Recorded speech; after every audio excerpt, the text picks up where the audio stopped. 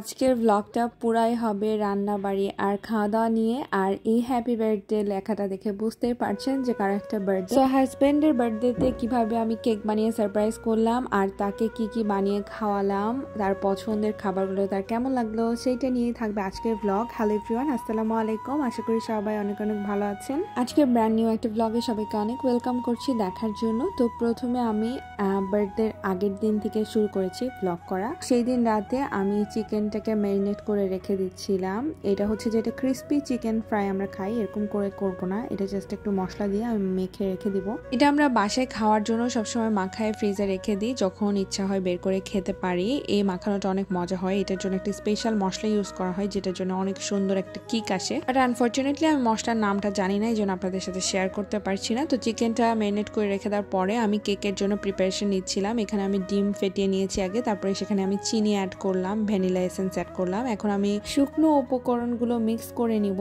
যেখানে আমি ময়দা ইউজ করেছি এবং baking powder, pinch of salt. আর এগুলোকে আমি একটা ছাঁকনি দিয়ে চেলে নিচ্ছিলাম। তারপরে আমি দুইটা উপকরণ একসাথে মিক্স করলাম, লিকুইড যেটা ছিল এবং যেটা শুকনো উপকরণগুলো ছিল।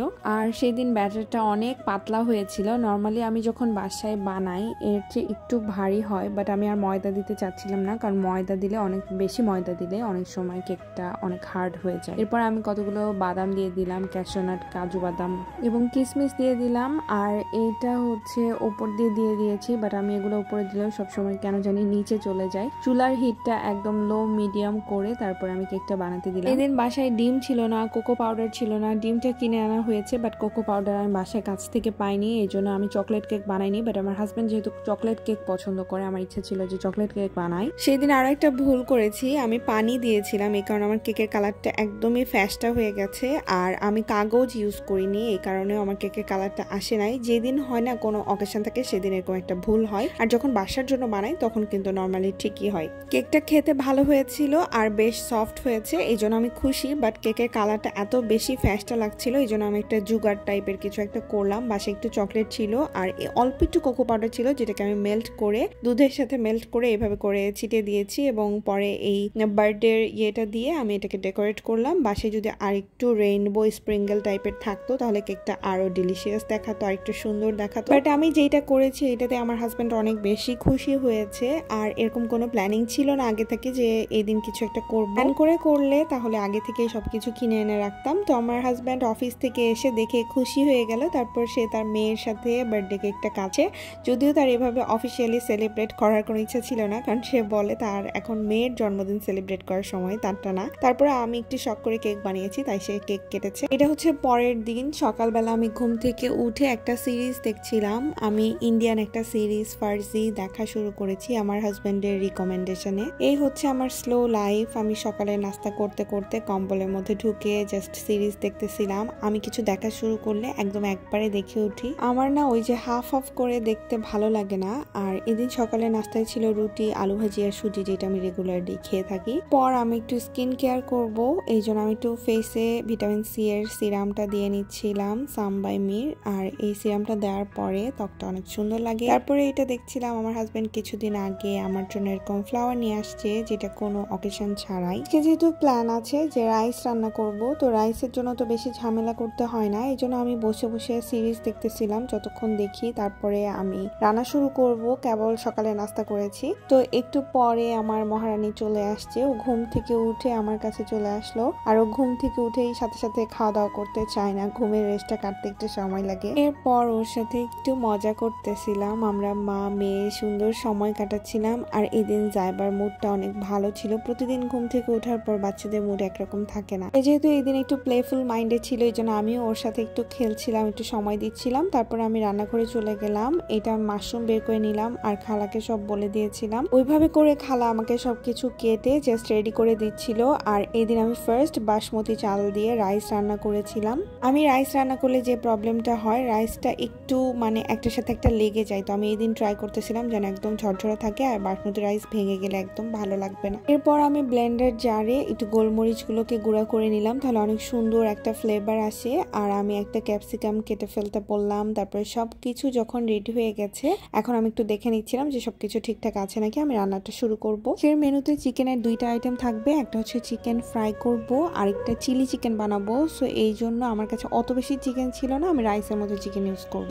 আমি তেলের মধ্যে একটু রসুন কুচি দিয়ে তারপরে সব ভেজিটেবলগুলো একসাথে সুন্দর করে ভেজে নিচ্ছিলাম। তারপরে লাস্টে আমি বাঁধাকপিটা দিয়েছি। বাঁধাকপি একটু ক্রিস্পি থাকলে আমার কাছে ভালো লাগে, ক্রিস্পি না ঠিক মানে একটু কাঁচা কাঁচা থাকলে যেটা কচকচ করে দাঁতে পড়ে এটা ভালো লাগে। তারপরে আমি ডিমটাকে একটু স্ক্র্যাম্বল করে নিচ্ছিলাম। তারপর আমি সবগুলো আলাদাভাবে উঠিয়ে রেখেছি এবং মাশরুম, চিকেন আর চিংড়িটা দিয়ে তারপর একটু গোলমরিচের গুঁড়া, সয়া সস আর একটু লবণ দিয়ে আমি এগুলোকে ভেজে নিচ্ছিলাম। রাইসের মোটামুটি সবকিছু রেডি, রাইসটা আলাদা করে সেদ্ধ করে রেখেছি। এখন আমি চিলি চিকেনের জন্য প্রিপারেশন নিচ্ছিলাম, সেম ভাবে আমি সবগুলোকে ভেজে নিচ্ছিলাম। আর এখানে আমি অনিয়নটা একটু বড় বড় করে কেটে নিয়েছি। তারপরে এখানে পানি দিয়ে দিলাম, টমেটো সস, সয়া সস দিয়ে। তারপরে আমি এইটার মধ্যে আর একটু পানি দিব, যেটা আমি কর্নফ্লাওয়ার মিক্স করে রেখেছি। কর্নফ্লাওয়ারের পানিটা দেওয়ার পর আস্তে আস্তে এটা ঠিক হয়ে আসতে থাকে, কিন্তু সেদিন এটা আমার কাছে খুব একটা বেশি মজা লাগে নাই, কারণ এর আগে আমি যতদিন বানিয়েছি সব দিনই আমি চিকেন স্টক ইউজ করেছিলাম। চিকেন স্টকটা ইউজ করলে একটা আলাদা ফ্লেভার আসে, আলাদা একটা স্বাদ আসে। যাই হোক, হাতের কাছে যা কিছু ছিল সেটা দিয়ে আমি যেহেতু বানিয়েছি,